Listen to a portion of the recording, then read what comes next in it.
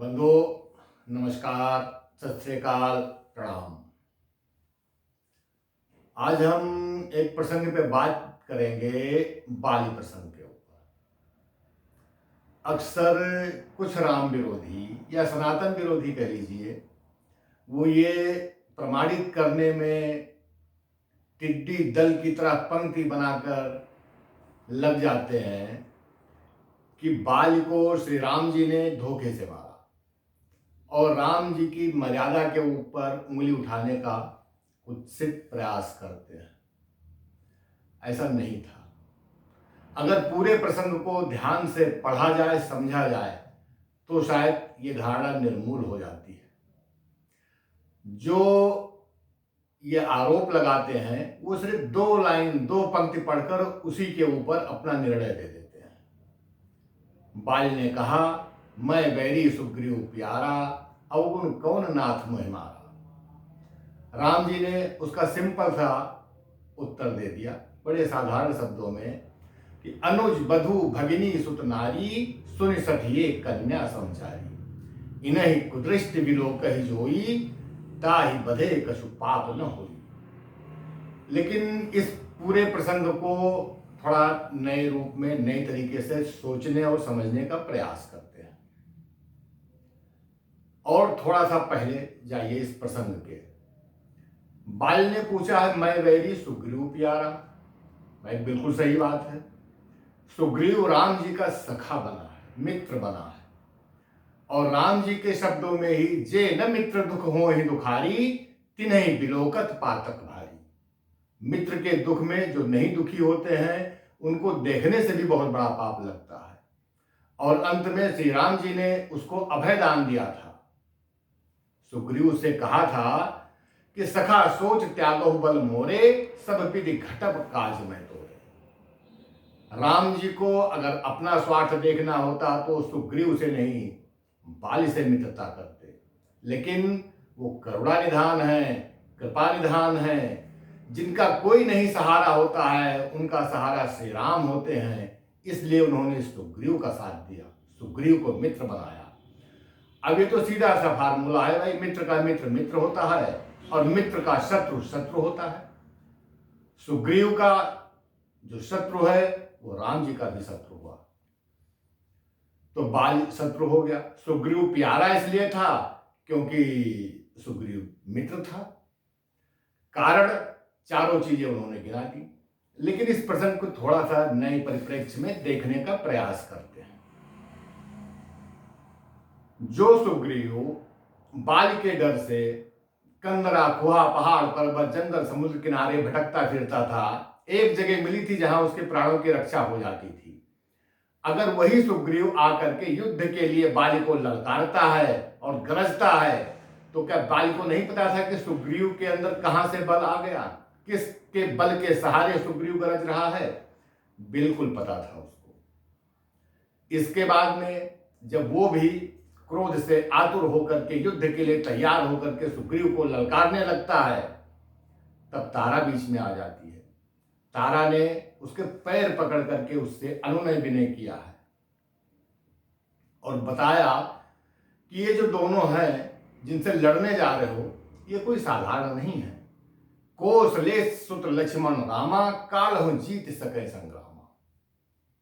बाली ने ये सब सुना, लेकिन इसके उपरांत भी बाली के मन में भय नहीं हुआ।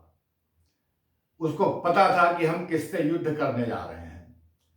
कह बाली सुन भीर प्रिय, समदर्शी रघुनाथ, जो कदाचि महिमारी हैं तो पुनि होग सनाथ। जो बाली वहां पर आरोप लगा रहा है, कह रहा है मैं बैरी सुग्रीव प्यारा, वही उसके पहले श्री राम जी को समदर्शी कह चुका है। समदर्शी जो समान भाव से सबको देखता है, चाहे वो शत्रु हो या मित्र हो, बाली हो या सुग्रीव हो, राम जी के दृष्टि में दोनों समान थे। उसका जवाब उसने खुद पहले ही दे रखा है। अब इसके बाद में तारा की बात इसने नहीं मानी, दोनों भाइयों का युद्ध हुआ। अब एक समस्या ये आती है कि राम जी ये सोच रहे हैं कि बाली कैसा भी हो, मगर है तो हमारे मित्र का भाई ही, और भाई के बारे में भाई आगे के प्रसंग में आएगा, जब लक्ष्मण जी मूर्छित होते हैं, राम जी क्या कहते हैं, अस विचार जी है जागो ताता, मिलहि न जगत सहोदर खाता। वो चीज यही सोचते हैं कि बाली कैसे भी है मगर सुग्रीव का भाई है। अंत में जब सुग्रीव चोट खा करके घायल होकर के राम जी के पास आता है और खुद ही कहता है कि मैं जो कहा रघुवीर कृपाला, बंधु न होए मोर यह काला। ये मेरा भाई नहीं है, मेरा काल है। तब रास्ता साफ हो गया बाली को मारने का। फिर वही प्रश्न वही उत्तर जो आप सुन चुके हो, सब लोग जानते हैं, लेकिन इसके साथ में थोड़े से कुछ और प्रश्नों पर विचार करना पड़ेगा। चलिए, राम ने बाली का वध किया। पहली बात तो यह है कि कपट और धोखा वहां होता है जहां दोनों पक्ष को पता हो। अगर हम ये कह सकते हैं कि राम ने छिप कर मारा, लेकिन ये चीज बाली से छिपी नहीं थी। सुग्रीव के गरजने पर, तारा के मना करने पर, और खुद उसने कहा कि अगर उनके मारने से मैं मरता हूं तो मैं सनाथ हो जाऊंगा। अब इसके बाद में आप थोड़ा सा और आगे बढ़िए।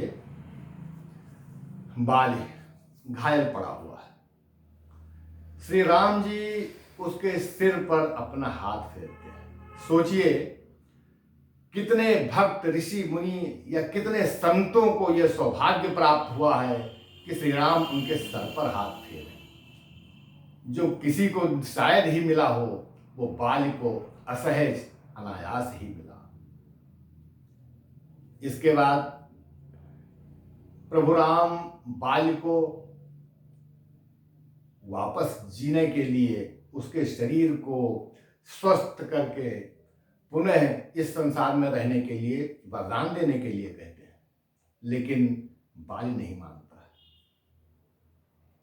अचल करो तनु राखो प्राणा, लेकिन बाल इतने पर ही रुक गया, तुरंत बोल बैठा अचल करो तनु राखो प्राणा, लेकिन बाली कहा सुन कृपा निधाना।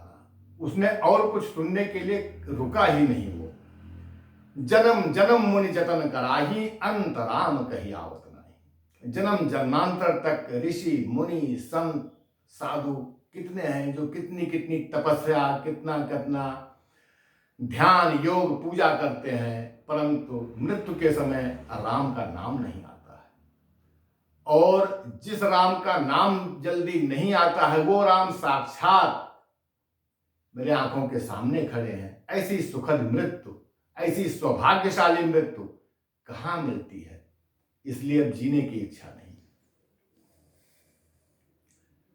अब थोड़ा सा और आगे बढ़िए। कहते हैं जन्मत मरत दुसह दुख होई। मृत्यु के समय, जन्म के समय बहुत पीड़ा होती है, बहुत तकलीफ होती है। बाली को प्रभु राम ने उस कष्ट से भी मुक्त कर दिया। बाल के शरीर से प्राण ऐसे निकले जैसे किसी हाथी के गले में पड़ी हुई फूलों की माला हो और वो टूट के गिर जाए। इतना भी कष्ट बाली को नहीं हुआ। इसके बाद में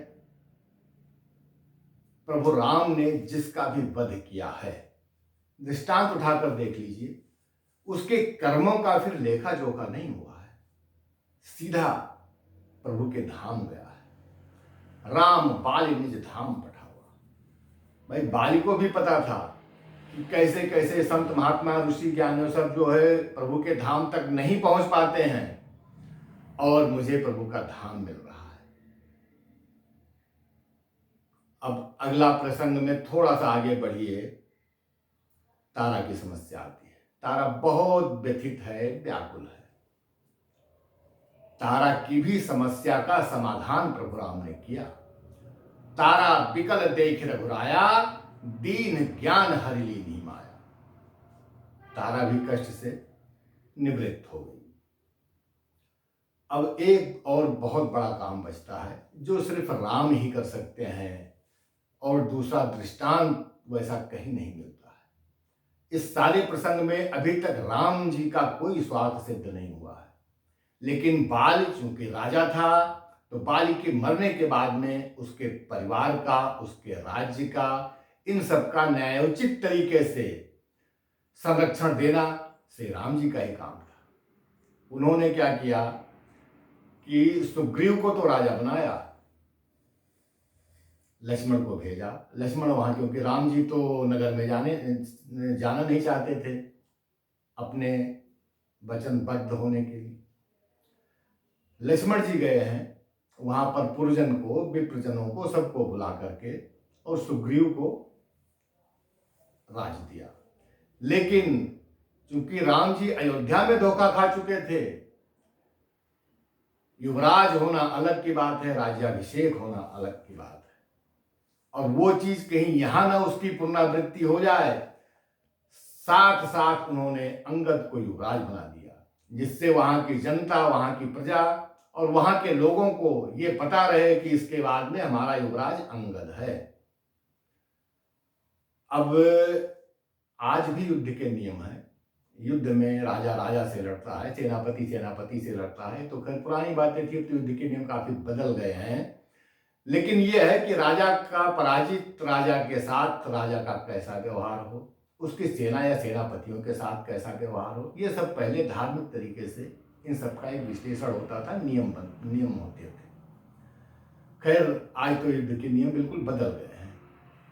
राम जी ने क्या किया, न तो उसके राज्य से कुछ लिया, न उसके राज्य में अपना कदम रखा, पूरी व्यवस्था करा दी।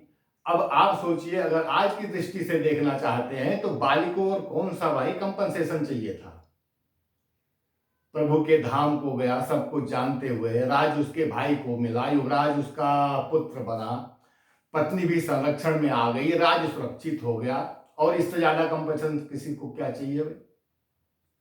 कुल मिलाकर के अगर राम के चरित्र में दोष ढूंढना है, या ढूंढने वाले की इच्छा है, लेकिन अंत में अगर वो सच्चे मन से विचार करके देखेगा तो दोष राम के चरित्र में नहीं है, दोष हमारी दृष्टि में है। अगर हम उसको पूर्वाग्रह से प्रेरित होकर नहीं देखेंगे तो सच्चाई सामने आ जाएगी।